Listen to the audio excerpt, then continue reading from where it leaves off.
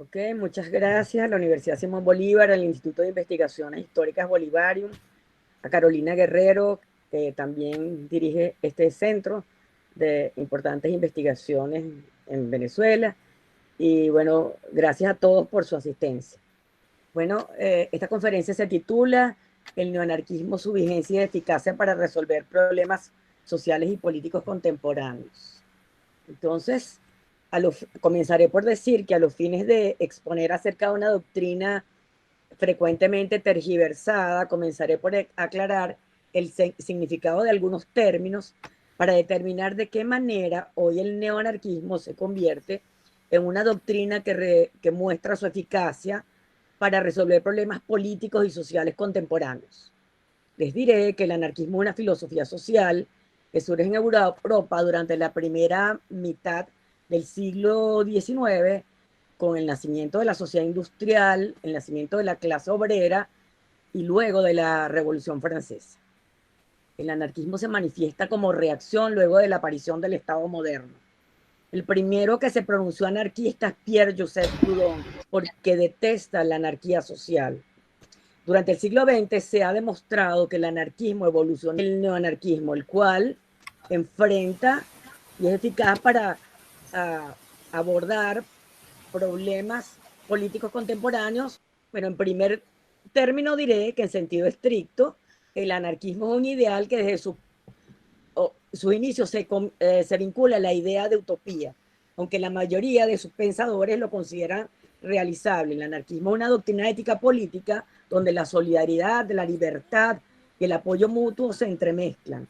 Los anarquistas niegan al Estado y tratan de que el gobierno se disuelva en una realidad natural, son antiautoritarios, pero reconocen cierta autoridad basada en el saber y en la capacidad de los individuos.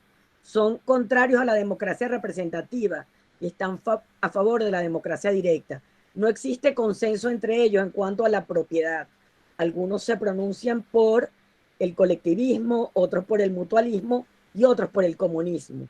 Creen en la autogestión para evitar los autoritarismos, que supone la federación, para enfrentarse al capitalismo. Por esta razón se denominan federalistas. Consideran a las fronteras políticas como fruto de la degeneración autoritaria. Para los anarquistas, la educación es un factor de transformación social para llegar a la sociedad sin Estado y consideran al hombre fundamentalmente bueno. Muchos anarquistas se han calificado de libertarios, por eso al anarquismo se le conoce también con el nombre de pensamiento libertario. El anarquismo es una constante permanente del espíritu humano que se manifiesta en el marco de la cultura occidental en diferentes momentos de la historia del pensamiento. En este sentido, el anarquismo representa una posición ética política que traduce un sentimiento de rebelión frente al poder en general. Nuestra época no es el del fin de las ideologías, sino la del renacimiento de aquellas que encuentra eco en la existencia de ellas. Es el anarquismo dado por muerto y enterrado por sus numerosos sepultureros que hoy, bajo nuevas formas, parece gozar de excelente salud en los distintos movimientos sociales que brotan por doquier.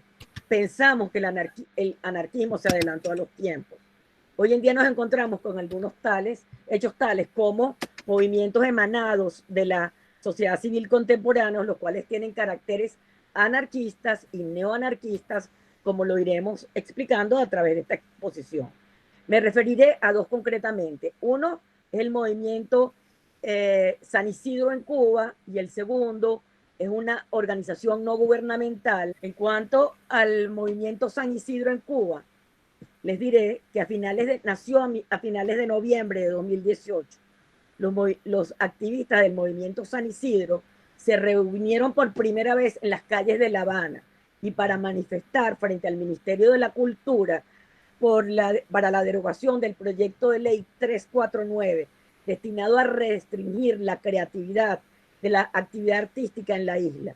Y de un inicio el movimiento de los compas para los artistas unidos contra el decreto ley 349 estaba claro que el gobierno cubano no quería la existencia de un arte independiente del Estado. Lo demostraron con la supresión del Festival Hip Hop y el Festival de Cine Joven de La Habana, pero mucho más con la Bienal de La Habana. El decreto de 349 para los artistas constituyó una declaración de guerra. El gobierno no esperaba un rechazo popular tan grande como respuestas. Y así el decreto 349 fue aprobado el 7 de diciembre de 2019.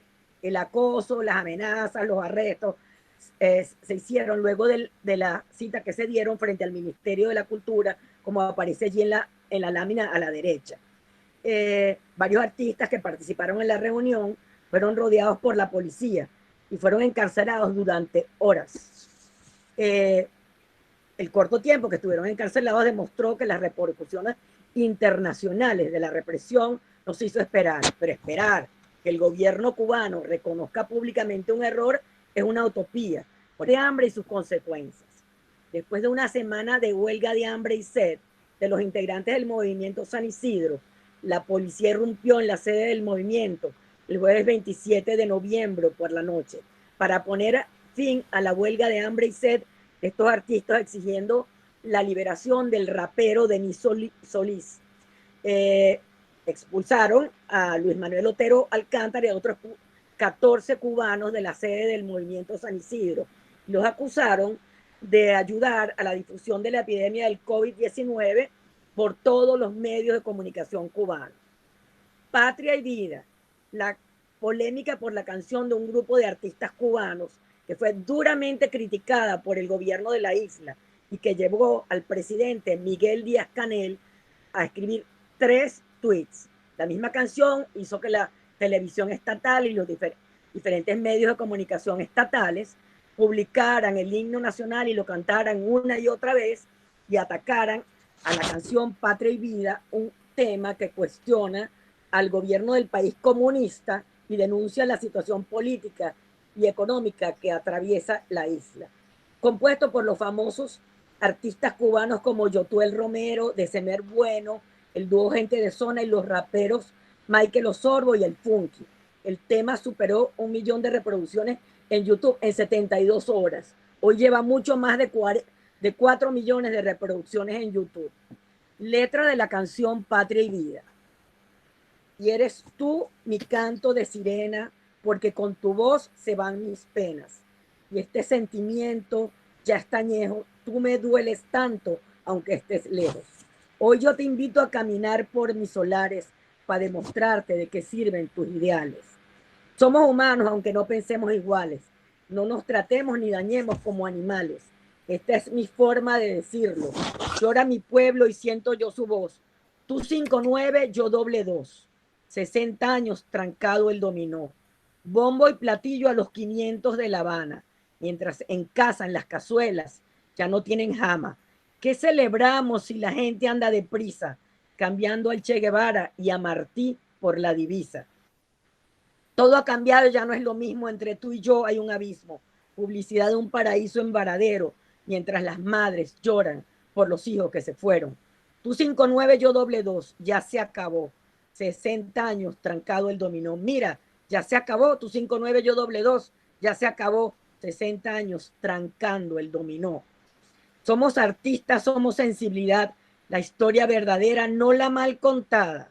Somos la dignidad de un pueblo entero pisoteada a punta de pistola y de palabras que aún son nada.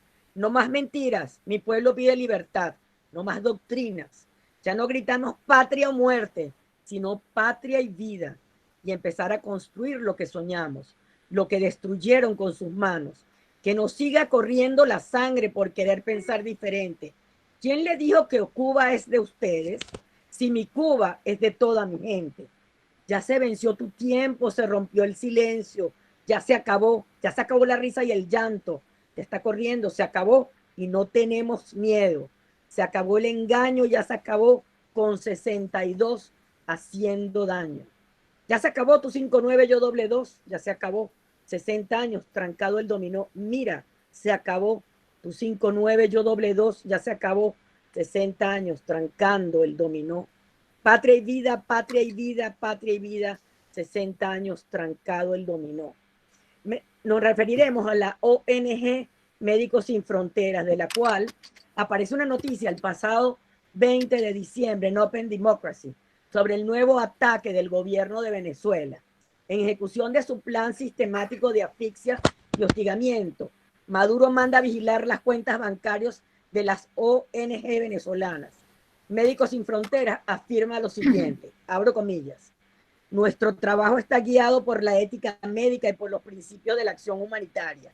Respetar y defender estos principios nos permite prestar ayuda urgente a quien más lo necesita. Cierro comillas. Los principios rectores del movimiento, la de la organización no gubernamental Médicos Sin Fronteras, son los siguientes. Humanidad. Todas las personas tienen derecho a ser asistidas en su hora de máxima necesidad. Independencia. Ningún poder político, económico o religioso dicta nuestras acciones. Imparcialidad. No preguntamos por la raza, la religión o la ideología de las personas que atendemos. Neutralidad. No tomamos partido por nadie, solo por las personas que necesitan ayuda. Ética médica. Nuestra obligación es asistir sin causar daño. Además, nos comprometemos con los siguientes principios: proporcionalidad, profesionalidad, proximidad, compromiso individual, sin ánimo de lucro, control de ayuda, transparencia.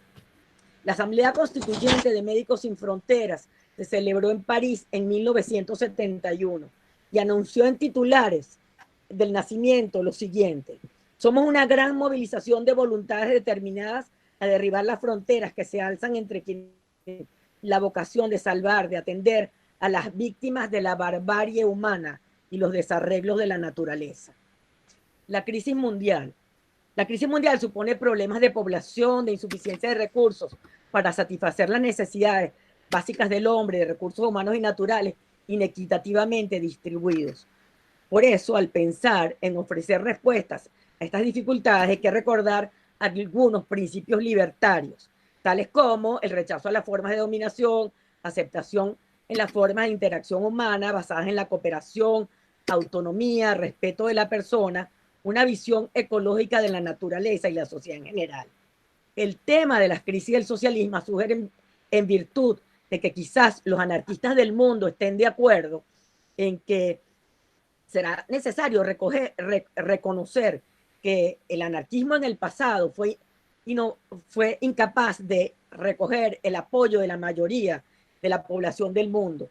Pensamos que su momento ha llegado con la presencia del ideal ácrata en los movimientos sociales presentes en la sociedad contemporánea.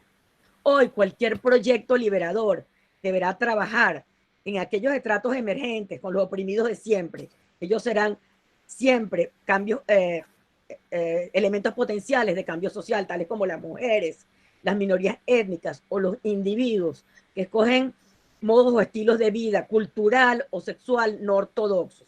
En esta área específicamente donde se desarrolla la acción política y social de algunos de los movimientos que aquí tratamos. Si sobreviviéramos a la ilimitada potencia de la ciencia en términos de destrucción en masa, no habría nada que pudiese impedir a los estados y a sus ejércitos invadir el espacio. Los sistemas de aniquilación que harían palidecer cualquier cosa que se pueda leer en 1984 de George Orwell, la antiutopía totalitaria. Estas y otras razones determinan que cualquier movimiento radical que cambie su teoría de base social sobre un proletariado revolucionario vive en un mundo que se va. Y esto no significa que cualquier proyecto liberador pudiese tener éxito sin el apoyo de la clase trabajadora, o más bien de un sujeto histórico heterogéneo, que es tan heterogéneo como la sociedad civil de la cual emana. Los neoanarquistas se diferencian de los anarquistas clásicos en la negación temperada del Estado, en el heterogéneo sujeto histórico que se descubre frente al sindicalismo del pasado. Solo algunos entre los nuevos grupos consideran a la educación como factor de transformación social. Al buscar nuevas formas de organización, los neoanarquistas se apartan de los primeros anarquistas. El neoanarquismo es un ideal ético político esencialmente optimista, propuesto a la voluntad libre de los hombres. Dicho ideal se anuncia en el siglo XXI en algunos movimientos sociales, así también en otras expresiones emanadas de la sociedad civil, como los adelantos de la técnica y la ciencia. En sentido amplio, el neoanarquismo, como el anarquismo, es también una constante permanente del espíritu humano. Me referiré a otros movimientos neoanarquistas contemporáneos: el ambientalismo y el ecologismo, el feminismo, el indigenismo, el movimiento antiglobalización, el pacifismo, el antimilitarismo y el caso del Mayo francés. Son algunos de los movimientos que hemos estudiado en profundidad, al igual que Internet como recurso y como espacio para la acción política de estos movimientos sociales. Los ambientalistas difieren de los ecologistas sobre todo en dos aspectos. Los primeros piensan que el daño puede corregirse a través del proceso de industrialización, mientras que los últimos abogan por su desmantelamiento y sustitución. Ambientalismo y ecologismo son percibidos por la mayor parte de la gente como sinónimos. En resumen, la posibilidad de la autogestión, descentralización, federalismo, antiestatismo, libertad, democracia directa y los principios antiautoritarios muestran que el pensamiento ácrata favorece una sociedad sostenible. Señalaré el indigenismo en relación al anarquismo en dos países iberoamericanos de fundamental tradición indígena, México y Perú. Para Ricardo Flores Magón, los indios estaban íntimamente ligados a la revolución. Lo estaban por ser la mayoría de los explotados, para ser militantes en contra de la ayuda mutua, la explotación y por tener viva la práctica histórica de la ayuda mutua. Los pueblos indios tienen en el magonismo una propuesta revolucionaria que exige un conocimiento profundo de la realidad indígena, porque no le interesan los indios como carne de cañón ni como imagen a manipular, sino como comunidades y pueblos que tienen una experiencia histórica trascendental. Se trata de una forma de pensamiento con la cual se puede leer la historia política desde una perspectiva india y también de una lección ética de honestidad y férrea voluntad de lucha, aunque también de descuidos que no deben olvidarse. El anarquismo en el Perú, o más precisamente el Perú al anarquismo y el Perú indígena también merecen consideración. Se trata del proceso de compenetración del antiguo imperio inca, de restauración con la utopía andina de restauración, es el Tahuantinsuyo. Parece que existe una alianza entre anarquistas y resistentes indígenas de todo el mundo. Hay un sincero deseo por parte de gentes no nativas de reconocer finalmente la lucha de más de 500 años contra el genocidio. Los anarquistas comprenden el significado de la solidaridad. Aunque hay algunas diferencias fundamentales entre anarquismo e indigenismo, no hay conflicto entre los dos. De hecho, algunos indigenistas también se proclaman anarquistas. El término movimiento global es bastante oportuno. Si por globalización entendemos la disolución de las fronteras y la libre circulación de las personas, bienes e ideas, entonces resulta claro que el movimiento antiglobalización es producto de la globalización. Vemos de qué manera pareciera que es conscientemente libertario. La práctica de la no violencia, su pacifismo, su organización desde la sociedad civil, sus características que los lleva a contradecir poderes que van más allá del poder del Estado, los acerca a los primeros anarquistas. Estos grupos actúan contra el orden de cosas que impone la sociedad global. Por ello afirmamos que encontramos con un sujeto histórico heterogéneo en el cual se expresa una rebeldía a dejar las cosas como están. Es decir, llevan a cabo una protesta en primer término pacífica hacia la acción de grupos poderosos que ejercen influencia en la sociedad global. Se constituyen con su acción en estorbos a la acción de los estados. En relación al pacifismo diremos que la influencia intelectual más importante en darle forma al anarcopacifismo fue la de Mohandas Karamchand Gandhi, quien enfatiza la influencia que tuvo en él Leo Tolstoy. Su arma más importante fue socavar al Estado. Se trataba de la negativa de los individuos a cooperar con él y a obedecer a sus inmorales exigencias. Dice Gandhi que piensa que la no violencia es infinitamente superior a la violencia. Cree que la fuerza no proviene de la capacidad física, proviene de una voluntad indoblegable. Para Gandhi la no violencia no es un mero experimento. Dice, es parte de mi vida, es parte de mi credo satyagraha. La no cooperación, desobediencia civil y afines son deducciones fundamentales de la proposición fundamental de que la no violencia es la ley de la vida. No como un programa para tomar el poder, sino como un programa para transformar las relaciones. Pero mi socialismo era natural en mí y no tomado de ningún libro. En la India, Gandhi sigue siendo un símbolo poderoso y una fuente de inspiración. Entendemos que nada es más importante y sagrado para el anarquismo que la vida humana. Repudia profundamente desde el punto de vista de la ética anarquista la pena de muerte, la violencia, el asesinato, el ajusticiamiento, que solo pueden ser realizados mediante las armas, de los cuales se sirve el Estado. El antimilitarismo no solo es para los anarquistas un método táctico, sino un elemento fundamental de su concepción, que se convierte en la práctica en negación absoluta de los fundamentos del poder dominante. El movimiento estudiantil de París de 1968 coreaba consignas anarquistas. A ello se muestra de la lectura de los grafites y consignas que ostentaron. Es significativa señalar que Francia no volvió a ser la misma desde entonces. Aquellos jóvenes franceses de 1968 eran socialistas libertarios sin saberlo. Al ser anarquistas sin saberlo, esta juventud francesa rebelde de 1968 nos muestra un movimiento que tiene características neoanarquistas. El Mayo francés es así un movimiento fundamental para comprender el neoanarquismo. Sin lugar a dudas, se convirtió en un impedimento al autoritarismo, lo enfrentó y se constituyó en un movimiento de rebelión frente al poder, el cual actuó en base a los ideales de solidaridad, libertad, característicos tanto del anarquismo como del neoanarquismo.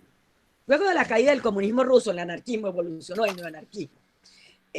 Ello ha recobrado nuevos aires y vitalidad al ofrecer alternativas y salidas a los problemas políticos del momento. Uno de ellos es el autoritarismo. El feminismo ha revivido muchos de los conflictos que vivieron las anarquistas clásicos del siglo XIX, cuando se involucraron en movimientos revolucionarios de la época. Los anarcofeministas tienen mucho que contribuir a nuestro entendimiento de los orígenes de la crisis ecológica y los valores de los autoritarios de la civilización jerárquica. El movimiento antiglobalización se vincula al movimiento pacifista contemporáneo. En efecto, sus tácticas son pacifistas y el neoanarquismo cree en el pacifismo, como el anarquismo y el preanarquismo también lo creyeron. Hoy se intenta inventar un nuevo lenguaje de la desobediencia civil, combinando elementos del teatro de calle, el festival y lo que podríamos llamar técnicas de guerra no violenta. Buscan sus propias formas de organización. De manera creativa, enfurecen a la policía con sentido del humor, ritmo y color. Esta alteración de las categorías convencionales desconcierta a las fuerzas del orden. Configuran un movimiento que llenan los extremos de la noción de neoanarquismo, que muestra la actualidad del ideal ácrata. Así demostramos cómo estos movimientos se enlazan unos con otros. El movimiento antimilitarista emergió como una resistencia organizada junto al movimiento de objeción de conciencia. En los tardíos años 70, el movimiento antimilitarista no solo es para los anarquistas un método táctico, sino un elemento esencial de su concepción que en su aplicación práctica se convierte en la negación de los fundamentos del poder dominante, su destrucción y abolición. Internet es un recurso para las actividades contemporáneas de los grupos y movimientos neoanarquistas. También lo son otras tecnologías, los cuales junto a Internet han permitido crear nuevos espacios para la acción política de los movimientos neoanarquistas. Internet, además de ser un recurso, es un espacio favorecedor para la descentralización.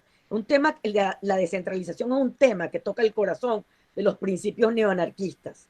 La descentralización globalizada gracias a Internet es otro fuerte argumento para la consideración de la red como facilitadora de actividades que ejercen obstáculos y enfrentan a los autoritarismos actuales.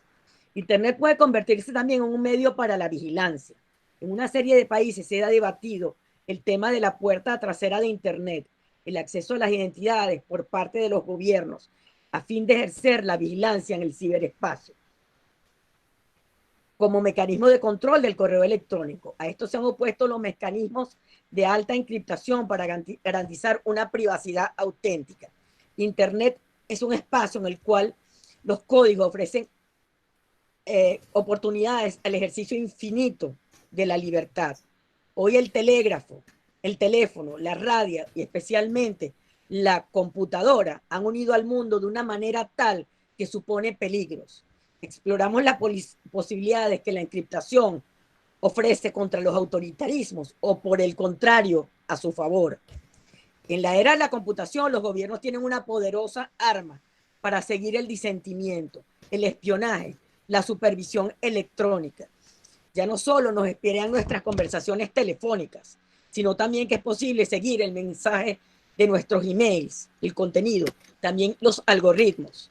Lo que se propuso como solución a la falta de privacidad fue crear el equivalente a un sobresellado. Por otra parte, la criptoanarquía se convierte en un concepto fascinante que infecta no solo a los medios, sino también a los dominios de las corporaciones y al gobierno también. Y es que la política y la tecnología se refuerzan una a la otra.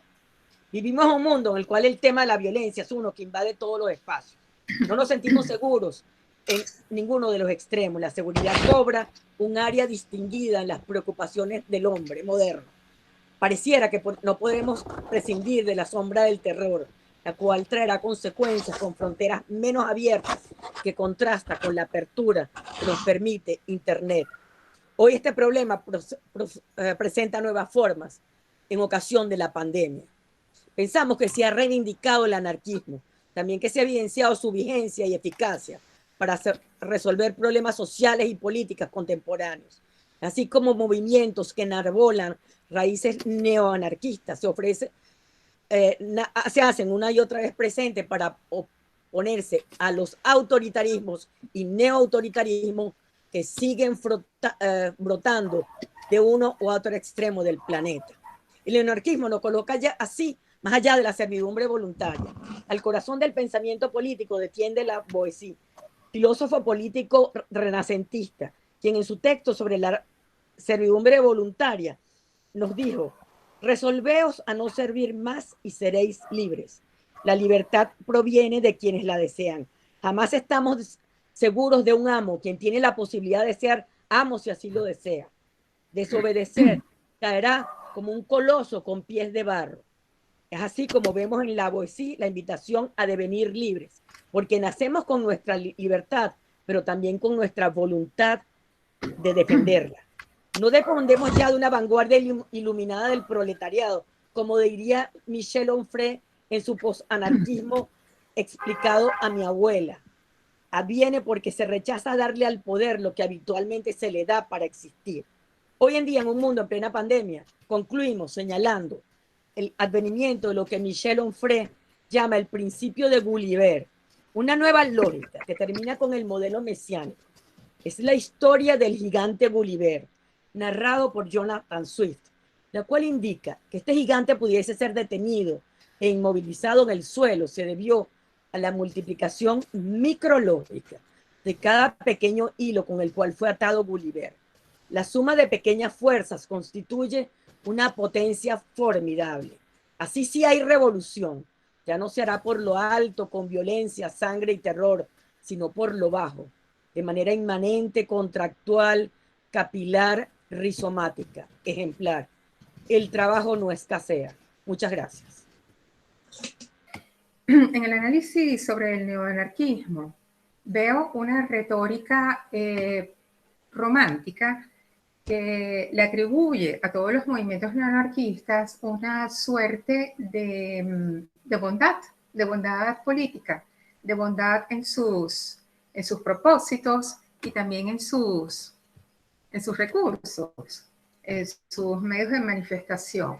Y al mismo tiempo veo que desde el discurso neoanarquista se tiende a amalgamar las conquistas más importantes de la civilización occidental, que es precisamente el pensamiento crítico y la pulsión libertaria. Amalgamarla en esto que he referido como los valores autoritarios de una civilización jerárquica. Entonces, no estaría envolviendo la imagen del neoanarquismo una suerte de una multiplicidad de corrientes que atacan más bien estas grandes conquistas de nuestra cultura, libertad y pensamiento crítico, mediante la satanización de esa misma cultura y mediante un discurso moralmente superior, que los cataloga precisamente como defensores del derecho a la rebelión frente al poder, en búsqueda de un mundo mejor. Ese es el Eh, señalamiento con el que quisiera comenzar este debate. Muchas gracias. Gracias, Carolina, por tu importante pregunta, como siempre. Va a la raíz del pensamiento ácrata, es lo que ha llevado a la mayor parte de los críticos del anarquismo a considerarlo una utopía. Y en efecto, el anarquismo fue una utopía durante el siglo XIX, incluso sobre el siglo XX. Yo pienso que los anarquistas fueron muy fuertes, sobre todo en Rusia, fracasaron rotundamente cuando frente a los bolcheviques, a pesar de que eran poderosos, no fueron capaces de enfrentarse a la revolución comunista, y en plena guerra civil española fueron exitosos en Barcelona.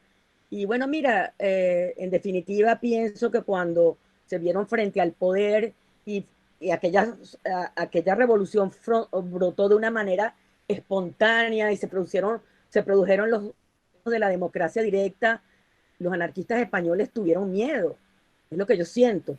Y es por eso, probablemente, con los encontronazos que han tenido a través de la historia, vamos a decir, la historia política de los siglos 18, 19 y 20, que probablemente, aunque se le vinculaba a la idea de utopía, han retomado este tema de la solidaridad humana, este tema de los principios libertarios, esta forma que probablemente se considere utópica, muy vinculada a la ética cristiana, porque en efecto hay el anarquismo cristiano y que está muy de moda, estuvo ayer y hoy, está muy presente en muchos de estos movimientos contemporáneos, este tema de la ayuda mutua, esto que vemos en los movimientos o en las organizaciones no gubernamentales, en Médecins Sans Frontières lo hemos visto, es mucho de los principios de la ética cristiana. Entonces, bueno, mira, incluso se ha dicho que el Cristo hizo una profesión de fe anarquista. Entonces, ¿en qué medida es eso utópico? ¿En qué medida eso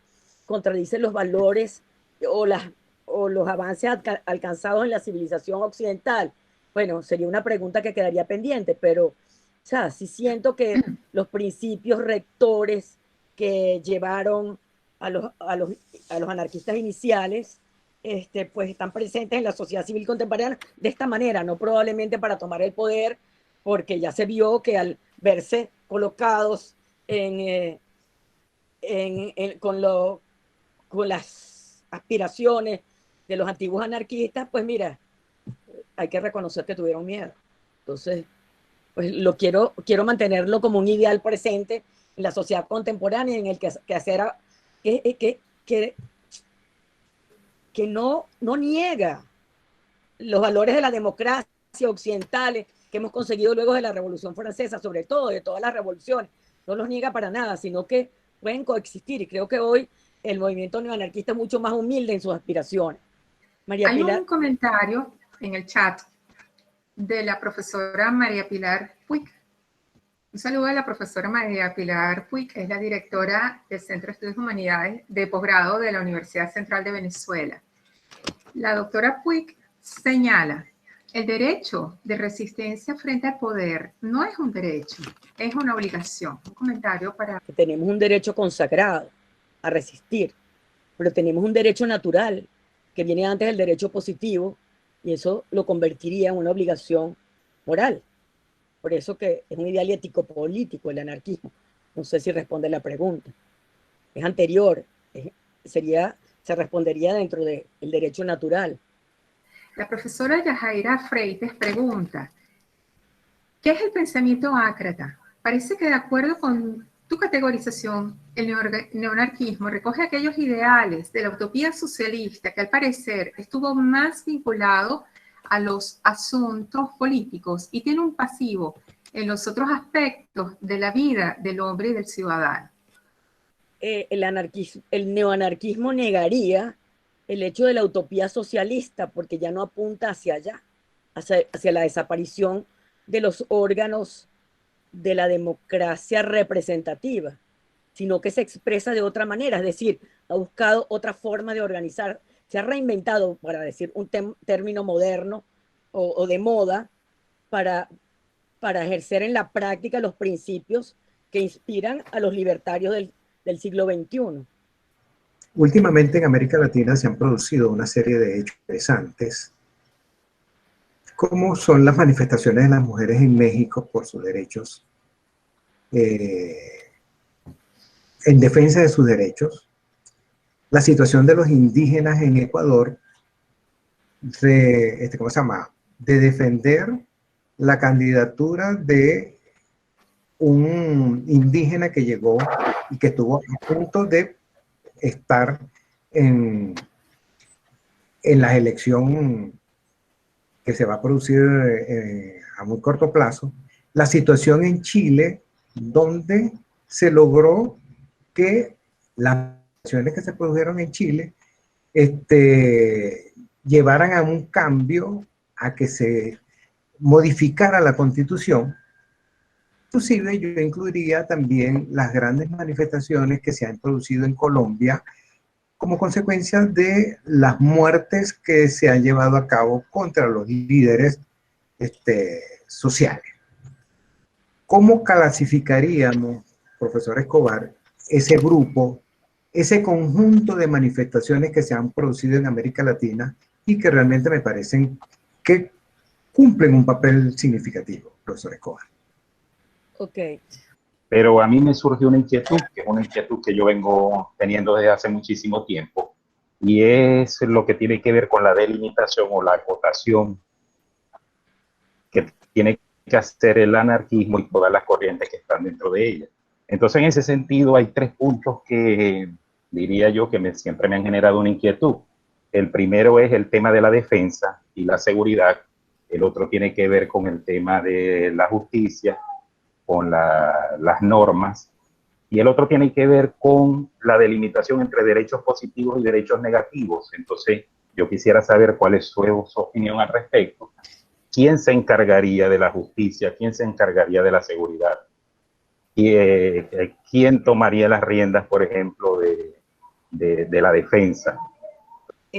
Voy a empezar de atrás para adelante. Este asunto que me dice el profesor Ali Javier Suárez Brito, hoy el anarquismo no niega al Estado como en el pasado, como los primeros anarquistas.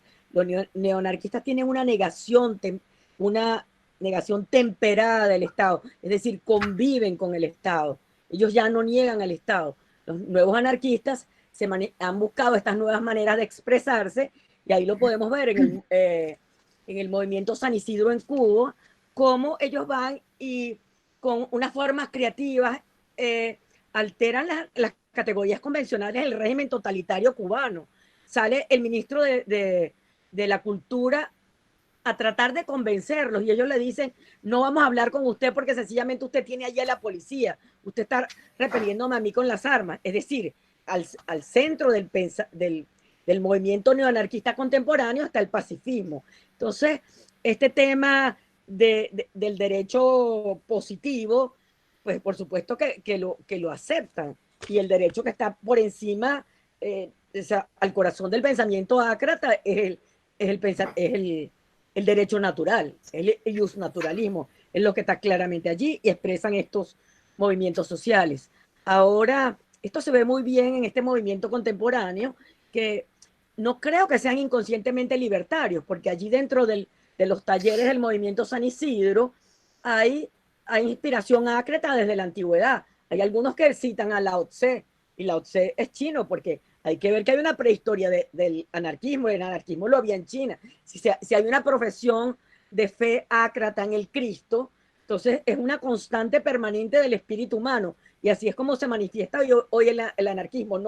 No aspiran a la desaparición del Estado como los anarquistas del pasado. Entonces, siguiendo con Luis Castillo, es la vía del socialismo ha tomado. No, ellos no buscan hoy alcanzar el poder, lo que buscan es ser impedimentos, estorbos a la creciente acción de los estados. Es más, en el siglo XXI, cuando vemos allí una lámina que mostré con el G8, yo lo vi por televisión, cuando llegaron allí, debe haber sido aproximadamente en 2007, 2008, estaban los antiglobalizadores disfrazados con máscaras, con colores y con estambre. Ellos trancaron las vías del tren a un punto tal que esa reunión del G8 concretamente estaba Angela Merkel, estaba Bush, estaba Putin, no identificó muy bien las otras caras que estaban allí, pero mira, a última hora, cuando ya el avión de Obama estaba aterrizando en Escocia, tuvieron que cambiar la reunión del G8 a otro sitio, porque con manifestaciones pacíficas impidieron la celebración de aquello, llamaron la atención de la gente más poderosa del planeta, porque nadie puede negar que hoy el poder de los estados es mucho más grande de lo que fue a comienzos del siglo XX y en el siglo XIX o antes de las revoluciones. Entonces, bueno, eso por ahí. El otro tema de Abraham Clavero es que, y creo que lo hay en otra pregunta, está un poquito más arriba, asunto de un pasivo con los otros aspectos, hombre ciudadano. Ya va, la realidad, me da la impresión de que muchas preguntas conducen a que estos movimientos que hubo antes de la pandemia, en Chile, en los países de América Latina, incluso en Colombia, como vimos, cómo destrozaban las estatuas, las plazas, una barbarie, eso no es anarquista. Esa violencia viene de una organización de otra parte, pero esos movimientos no son anarquistas para nada. Eso yo lo atribuyo más bien a una intención totalitaria o comunista.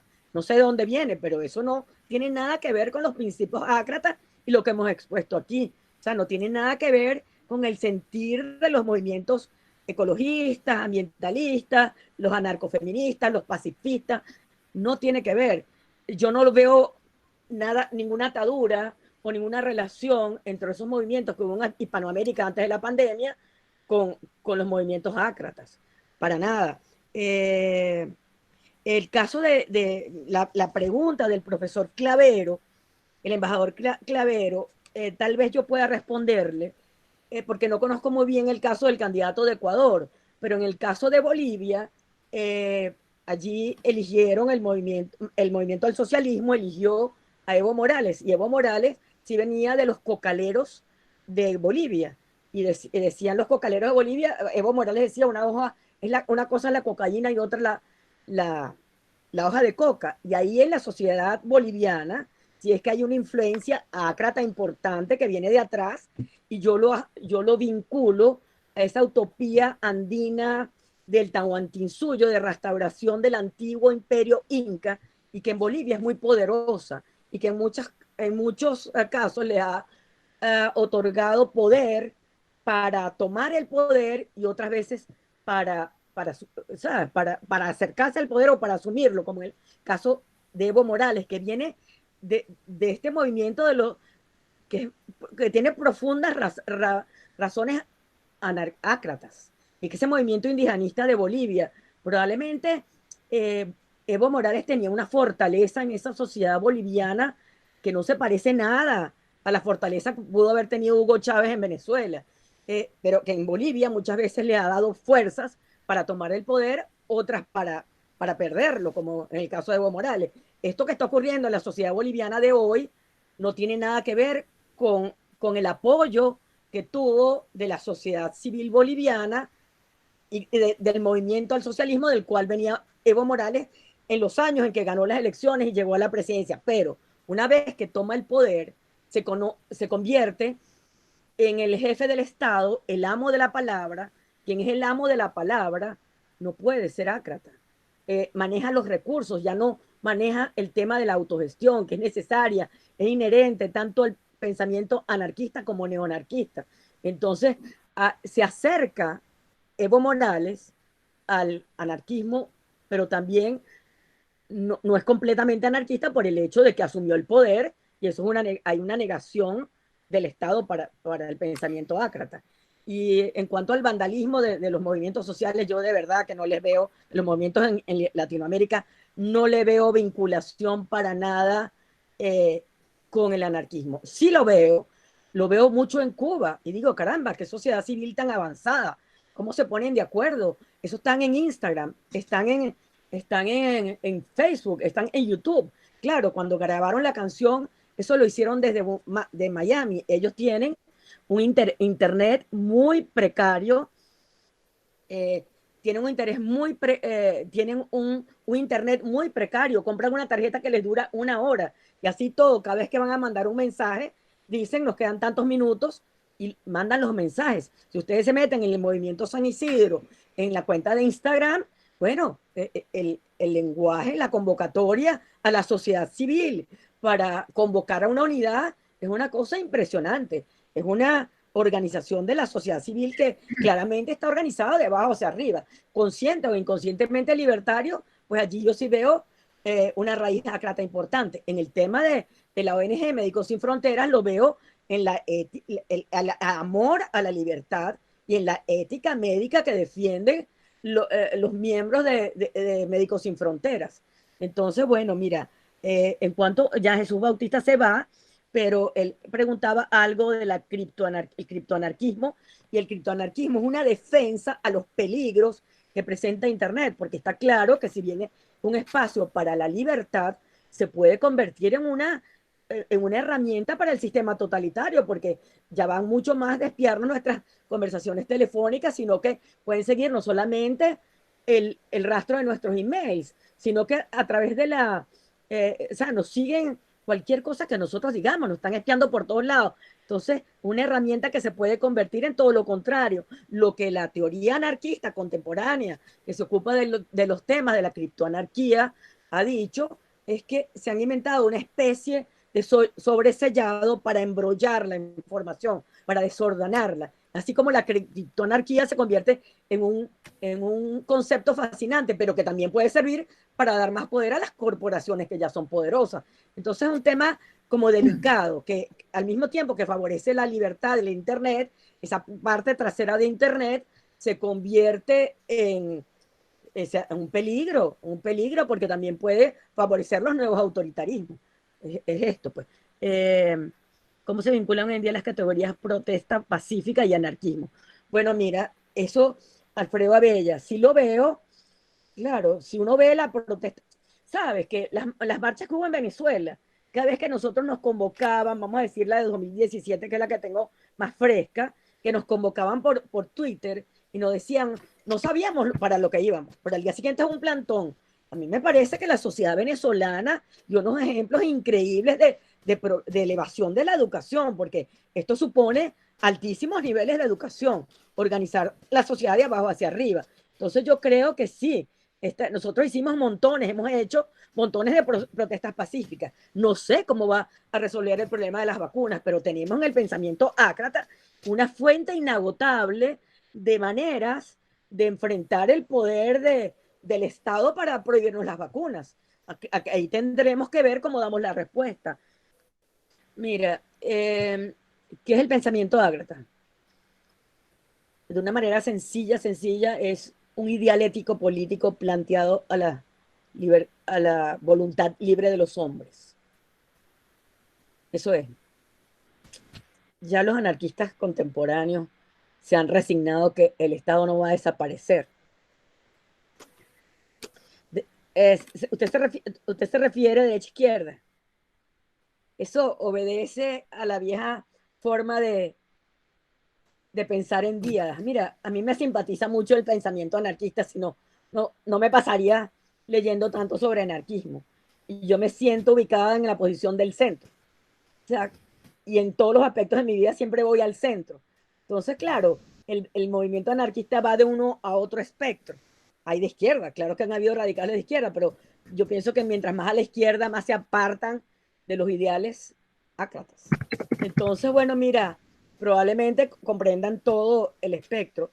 No sé si tiene tanta sentido eso hoy en día, pero claro que aunque nosotros digamos que, como decía Bobbio, o sea, esto obedece a la vieja manera de pensar en Díaz, pero está presente todo el tiempo. Entonces, sí, puede ser que vayan de uno a otro lado del espectro, porque lo fundamental del pensamiento anarquista es la libertad. Entonces, así son los anarquistas. Francisco Javier Márquez Hernández es un estudiante de pregrado de la Universidad Simón Bolívar que pregunta, Los anarquistas llegan a ser la versión extrema del liberalismo en el sentido de que se resisten a la acción de terceros con poder sobre los individuos. ¿Es así? Es muy interesante la pregunta, Francisco Javier Márquez. Fíjate tú que hay una... a los anarquistas se le llama pensadores libertarios. Robert Nozick es un liberal libertario. Y es que los parientes más próximos de los anarquistas son los liberales. Claro, hay una distinción, porque en el tema de Robert Nozick, él se refiere a un estado mínimo. Y ese estado mínimo lo que hace es dejar un espacio mucho más grande para las libertades, para ejercer las libertades. Mientras que, claro, conceptualmente los anarquistas, los primeros anarquistas aspiraban a la desaparición del Estado. Entonces, aunque son cercanos, pues apuntan a propósitos distintos. Claro, es cierto, son los parientes más cercanos y comparten ese término pensamiento libertario, que también se le llama libertarianismo, y que el exponente más importante de esa corriente liberal es Robert Nozick. Entonces, claro, apuntan a un estado mínimo, pero los fines son otros. La poca intervención estatal para que los individuos regulen su acción política o económica con libertad, pues. Yo creo que comparten el tema de la libertad, que algunos han llamado la libertad al infinito. Que eso de alguna manera lo decía la poesía en el Renacimiento, la aspiración de la libertad hasta el infinito. Ok, hay una pregunta de Floris Caray, tesista del doctorado en Ciencias Políticas de la Universidad Central, perdón, de la Universidad Simón Bolívar. Señala, creo que estamos en un momento peligroso para plantear lo ácrata sin pensar en el nihilismo y las pulsiones totalitarias de muchos grupos o movimientos sociales. También cuando advertimos tanta ideologización de nuestros derechos más fundamentales. Bueno, yo estoy muy de acuerdo con esa intervención. Claro que hay en la sociedad contemporánea hay pulsiones totalitarias. Los venezolanos somos víctimas de estas pulsiones totalitarias. Y hay grupos o movimientos sociales. Yo cada vez que los veía aquí, los del Foro de Sao Paulo, se me paraban los pelos de punta. Pero estos movimientos de los a cuales yo me he referido no están incluidos en esos movimientos sociales. Me he cuidado mucho de investigar a fondo aquellos que no tienen pulsión totalitaria. Sin embargo, hay movimientos sociales. Sabes que ahí en el Foro de Sao Paulo, sobre todo si tú revisas, lo que hay son partidos políticos. Y yo siento que un anarquista importante contemporáneo es Noam Chomsky. Noam Chomsky se equivocó con el caso Venezuela y está callado. Y yo reclamaría a Noam Chomsky que por qué no viene y habla ahora. Porque ahora alguien que murió en estos días es Paola Vázquez. Ella había dicho que el chavismo es una trampa. Y ella tuvo que explicarle a los franceses, a Mélenchon y al poder, a la gente que tiene figuración política en Francia, cuál era la realidad de Venezuela. Entonces, ¿por qué Noam Chomsky, que es inspirador del ideal ácrata, y ha estudiado, es uno de los anarquistas, pensadores, filósofos contemporáneos del anarquismo, por qué él sí se equivocó en su concepción de Chávez? Porque él vino a Venezuela, no sé si vino, pero opinaba todo el tiempo sobre el caso de Venezuela. Si ahora, ¿por qué él no hace una declaración pública aclarando que él se había equivocado y él cambió su percepción sobre el caso de Venezuela? Porque el caso de Venezuela obviamente ha sido un engaño para muchos, pero que sean honestos y lo digan como se lo dijo a los franceses Paola Vázquez y el mismo Mélenchon y la gente de la política, los políticos franceses ahora se van con mucha cautela cuando opinan del caso de Venezuela. Entonces... Ok, para terminar, bueno, particularmente yo creo que Chomsky no se equivocó. Creo que lo que ha afirmado, lo ha afirmado con conciencia y su silencio también es un silencio con conciencia. Que refleja cuáles precisamente los principios que él defiende. Gabriel Sánchez Ramírez había planteado antes esta pregunta: ¿los grupos anarquistas se alinean en una posición del espectro político? Es decir, ¿son de izquierda o de derecha? Que se enlaza con la pregunta de Alfredo Abella. El doctor Abella pregunta: ¿dónde se ubicarían los postulados de la izquierda venezolana de los años 60 en el pensamiento anarquista? Ok, Muchas gracias. Muy importante esa pregunta. Yo creo que la primera la respondí. Debo aclarar que Chomsky sí declaró hace poco. Cuando le preguntaron sobre el caso Venezuela, no respondió. Se quedó callado. Y él antes había sido muy enfático en defender al gobierno de Chávez. Entonces, yo pienso que por lo menos yo siento que a mí me debe una explicación. En cuanto a la derecha-izquierda, creo que ya quedó respondido, que van a otro lado del espectro. Y los postulados de la izquierda venezolana, yo debo decir que el anarquismo no triunfó en Venezuela, nunca. Así como fue exitoso en Argentina, en Perú, en Bolivia, en México, en Venezuela, el anarquismo, salvo un núcleo que había en Biscocuy, y más adelante, no en los años 60 exactamente, sino un poquito más adelante, el señor Serrano, que fue quien fundó el periódico El Libertario, que es el periódico anarquista venezolano.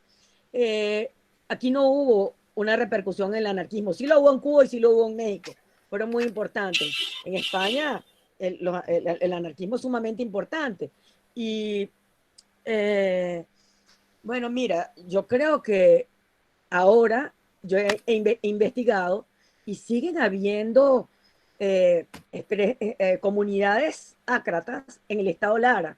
Hoy para resolver el problema del COVID, el problema de los médicos, el problema de la comida, tienen hasta un autobús que buscan a la gente. Hay una comunidad que reúne 30.000 personas y eso nadie se ha enterado, porque no lo publicitan. Yo porque me he bajado a investigarlos, pero el ideal libertario, aparte de luego de los años 70, cuando vino a Venezuela, concretamente yo estudié anarquismo porque en la Universidad Simón Bolívar, Ernesto Maíz Vallenilla invitó cuando fundó el posgrado de filosofía, invitaba profesores de argentinos, chilenos, colombianos, eh, mexicanos para incorporarse al posgrado. Vino Ángel Capelletti, que era un anarquista muy importante en la Argentina, impartió la enseñanza y de quien yo tuve la suerte de ser discípula, de él aprendí mucho. Pero fue así que él también iba y daba clases en la Universidad de los Andes y allí tenía un núcleo, pero el anarquismo, bueno, la librería Lectura, que estaba en el centro comercial Chacaíto, bueno, era el núcleo de los anarquistas, donde se reunían los anarquistas, y allí el señor Serrano, que era uno de los libreros más importantes de allí, fue el fundador del periódico, también participó Domingo Alberto Rangel en ese periódico, pero bueno, mira, no ha sido importante el anarquismo en Venezuela. Ahora, académicamente, pues mira, los alumnos de Capelletti, tanto en la Universidad Central como en la Universidad de los Andes y la Universidad Simón Bolívar, que fue donde yo aprendí de él, pues debe tener alguna repercusión, al menos intelectualmente. Un comentario ¿sí? final de Floris Caray dice: sería muy interesante hacer la lectura de Camus sobre el rebelde, a la luz de estos movimientos de neoanarquismo. Igual, dimensionar el tema de la resistencia a contextos totalitarios. Hay mucho por revisar. Claro, muchas gracias por este foro, dice Flor. Ajá. Elisa, sí, si quieres hacer un comentario final. Es que el rebelde es una herramienta fundamental para entender el anarquismo, y eso está allí en Camus. O sea, es una joya para entender esto. Me parece una maravilla ese comentario de Floris Caray. Terminamos entonces nuestra conferencia sobre neoanarquismo, dictada brillantemente por Elisa Escobar. Profesora Escobar, muchísimas gracias por esta disertación tan polémica y que nos ha nutrido tanto en este debate, con tanto pluralismo, con tanta diversidad de opiniones y con este espacio de liberación que nos congrega a todos. Gracias a la profesora Elisa Escobar, gracias a todos ustedes en nombre del Instituto de Investigaciones Históricas Bolivarium de la Universidad Simón Bolívar. Estamos muy agradecidos y nos vemos en la próxima conferencia. Muchas gracias. Muchísimas gracias al Instituto de Investigaciones Históricas Bolivarium, a la Universidad Simón Bolívar y a ti, Carolina Guerrero, y a todos ustedes por su asistencia y a las preguntas tan interesantes que pusieron sobre el tapete, el tema del neoanarquismo. A ver si podemos recobrar algunos espacios para la libertad.